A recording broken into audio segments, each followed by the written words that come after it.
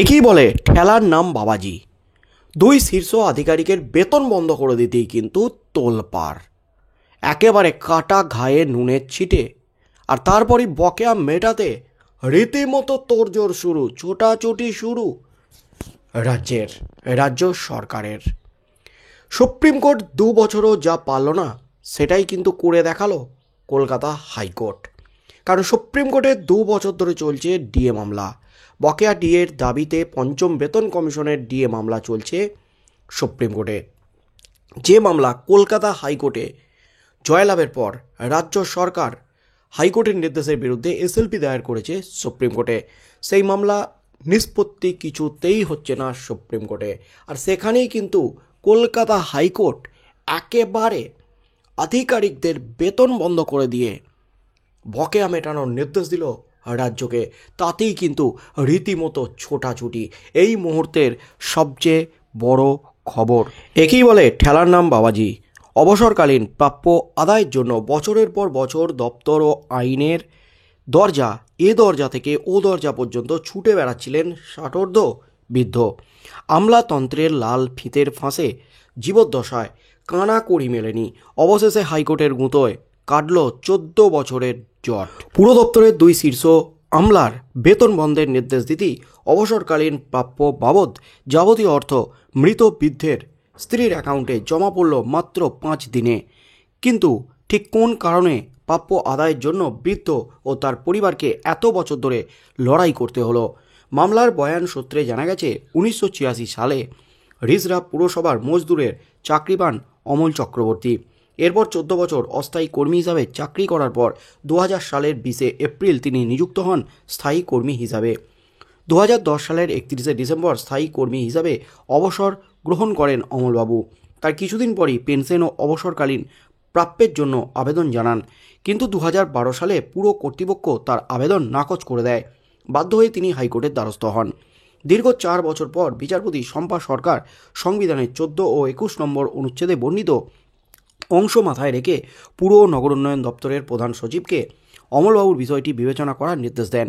কিন্তু সিঙ্গেল বেঞ্চে সেই নির্দেশকে চ্যালেঞ্জ করে পাল্টা ডিভিশন বেঞ্চের দ্বারস্থ হয় রাজ্য।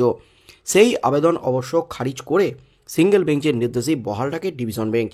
কিন্তু তারপরও অবশ্য হাইকোর্টের নির্দেশকে কার্যত বুড়ো আঙুল। তারপরও প্রাপ্য হাতে পাননি অমলবাবু। দীর্ঘ টালবাহানার পর উল্টে 2021 সালে পুর নগর উন্নয়ন দপ্তরের প্রধান সচিব নির্দেশে জানান, যেহেতু স্থায়ী কর্মী হিসাবে কাজে 2 মাস 18 দিনের ঘাটতি রয়েছে, তাই অমলবাবু পেনশন ও অবসরকালীন ভাতা পাওয়ার যোগ্য নন। এরপর ফের হাইকোর্টের দ্বারস্থ হন অমলবাবু। এবার মামলাটি আসে বিচারপতি অমৃতা সিনহার এজলাসে। সেই মামলার দীর্ঘ শুনানির পর ফেব্রুয়ারি মাসে বিচারপতি সিনহা নির্দেশ দিয়ে জানিয়েছিলেন, মামলাকারী মোট 24 বছর কাজ করেছেন। প্রধান সচিব হাইকোর্টের নির্দেশকে গুরুত্ব না দিয়ে মামলাকারীকে বঞ্চিত করেছেন। এবার সরাসরি তার যাবতীয় অবসরকালীন বকেয়া প্রাপ্য মিটিয়ে দিতে নির্দেশ দেন বিচারপতি সিনহা। কিন্তু তারপরও কোথায় কি টনক নড়েনি রাজ্যের। ফলে দায়ের হয় আদালত অবমাননার মামলা। সময় গড়িয়েছে, ইতিমধ্যেই মৃত্যু হয়েছে অমলবাবুর, তাতেও নির্দেশ কার্যকর হয়নি। এরপরই পুর নগর উন্নয়ন দপ্তরের তৎকালীন প্রধান সচিব সঞ্জয় বনসাল ও বর্তমান সচিব গুলাম আলী আনসারির বিরুদ্ধে আদালত অবমাননার রুল জারি করে তাদের সশরীরে হাজিরার নির্দেশ দেন ক্ষুব্ধ বিচারপতি অমৃতা সিনহা। গত 19 ডিসেম্বর সশরীরে হাজিরা দিলেও নির্দেশ কার্যকর না করার কোনো উপযুক্ত কারণ ব্যাখ্যা করতে পারেননি তারা। বিচারপতি সিনহা ওই দুই শীর্ষ পদের আমলার বেতন বন্ধের নির্দেশ দেন। যতদিন না ওই বৃদ্ধর অবসরকালীন প্রাপ্য মিটিয়ে দিচ্ছেন, ততদিন পর্যন্ত ওই দুই আমলা বেতন পাবেন না বলে জানিয়ে দেয় হাইকোর্ট। আর এই এক ধাক্কাতেই কাজ। মাত্র 5 দিনে ওই বৃদ্ধার স্ত্রীর অ্যাকাউন্টে প্রাপ্য বাবদ যাবতীয় অর্থ মিটিয়ে দিয়েছে পুর নগর উন্নয়ন দপ্তর। অর্থাৎ 14 বছর ধরে যে লড়াই চলছে, সেই লড়াই কিন্তু একেবারে জাস্ট 14 মিনিটেই মিটিয়ে দিলেন বিচারপতি অমৃতা সিনহা। তার জন্য একেবারে সোজা আঙুলে ঘি না উঠতে আঙুল বাঁকাতেই কিন্তু তোলপাড়। বিচারপতি অমৃতা সিনহা জানেন কিভাবে কাজ করাতে হয়। কলকাতা হাইকোর্টের নির্দেশকে বছরের পর বছর ধরে বারবার অবহেলা করেছে, কার্যত বুড়ো আঙুল দেখিয়েছে রাজ্য। আর তারপর আদালত অবমাননার মামলা দুই আধিকারিকের বিরুদ্ধে হতেই তাদের বেতন বন্ধের নির্দেশ দেন বিচারপতি অমৃতা সিনহা। তারপরে কিন্তু টনক নড়ে যায় ওই আধিকারিকদের। এতদিন ধরে ইচ্ছাকৃতভাবে গাজুয়ারি করে আমলারা বেতন বন্ধ করে রেখেছিলেন এই অবসরপ্রাপ্ত ব্যক্তির, যিনি এই মুহূর্তে আর পৃথিবীতে নেই, তিনি মারা গেছেন।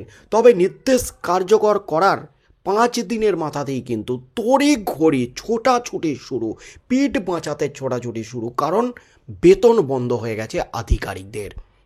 একেবারে কাটা ঘায়ে নুনের ছিটে দিয়ে দিয়েছেন। তাই নিজেদের আঁতে ঘা লাগতেই তড়িঘড়ি 5 দিনের মধ্যে মৃত ব্যক্তির অমলবাবুর স্ত্রীর অ্যাকাউন্টে তড়িঘড়ি যাবতীয় অর্থ সুদসহ মিটিয়ে দিয়েছে দপ্তর। একেবারে তোলপাড় কাণ্ড। অর্থাৎ বিচারপতি অমৃতা সিনহা তিনি কিন্তু করে দেখালেন। অবশেষে বকেয়া মিটল এই ব্যক্তির। দীর্ঘদিনের লড়াইয়ের অবশেষে অবসান ঘটল। তাই বকেয়া ডিএর দাবিতে যখন রাস্তায় রয়েছেন হাজার হাজার সরকারি কর্মচারী, শিক্ষক শিক্ষিকারা, যারা দীর্ঘদিন ধরে রাস্তায় লড়াই করে যাচ্ছেন, এবং বকেয়া ডিএ মামলার ক্ষেত্রেও কলকাতা হাইকোর্টে যখন আদালত অবমাননার মামলা দায়ের হয়েছিল তখন মুখ্য সচিব এবং অর্থ সচিবকে ডেকে পাঠিয়েছিলেন কলকাতা হাইকোর্টের বিচারপতি। তিনি কড়া নির্দেশ দিয়েছিলেন, কড়া প্রশ্ন ছুড়ে দিয়েছিলেন, কেন আপনাদের বিরুদ্ধে রুল জারি হবে না?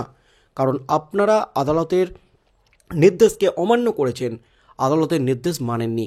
কী কারণে আদালতের নির্দেশ মেনে ডিএ মেটানো হয়নি প্রশ্ন করেছিলেন বিচারপতি। হলফনামা দেওয়ার নির্দেশ দিয়েছিলেন। সেই হলফনামায় রাজ্য জানিয়েছিল, রাজ্যের মুখ্য সচিব এবং তৎকালীন অর্থ সচিব জানিয়েছিলেন, যেহেতু বকেয়া ডিএ মেটাতে গেলে 42,000 কোটি টাকার ব্যাপার, সেখানে এত টাকা মেটাতে গেলে রাজ্য দেউলিয়া হয়ে যাবে, রাজ্যে আর্থিক বিপর্যয় নেমে আসবে, তাই এই টাকা মেটাতে পারছে না রাজ্য। আর তারপরই কিন্তু কারণ দর্শানোর পরপরই যখন রাজ্যের অর্থ সচিব এবং মুখ্য সচিবের বিরুদ্ধে কড়া স্টেপ নিতে যাবে কলকাতা হাইকোর্ট, যখন তাদের বেতন বন্ধের দিকে যাচ্ছে, তখন তাদের বিরুদ্ধে রুল জারি হতে যাচ্ছে, ঠিক তখনই রাজ্য ছোটে সুপ্রিম কোর্টে। 2022-এর নভেম্বর মাসে সুপ্রিম কোর্টে মামলা দায়ের হয়েছে, ডিএ মামলা। কিন্তু সেই বকেয়া মামলা এখনও পর্যন্ত নিষ্পত্তি হয়নি, এখনও পর্যন্ত ভালোভাবে শুনানি হয়নি।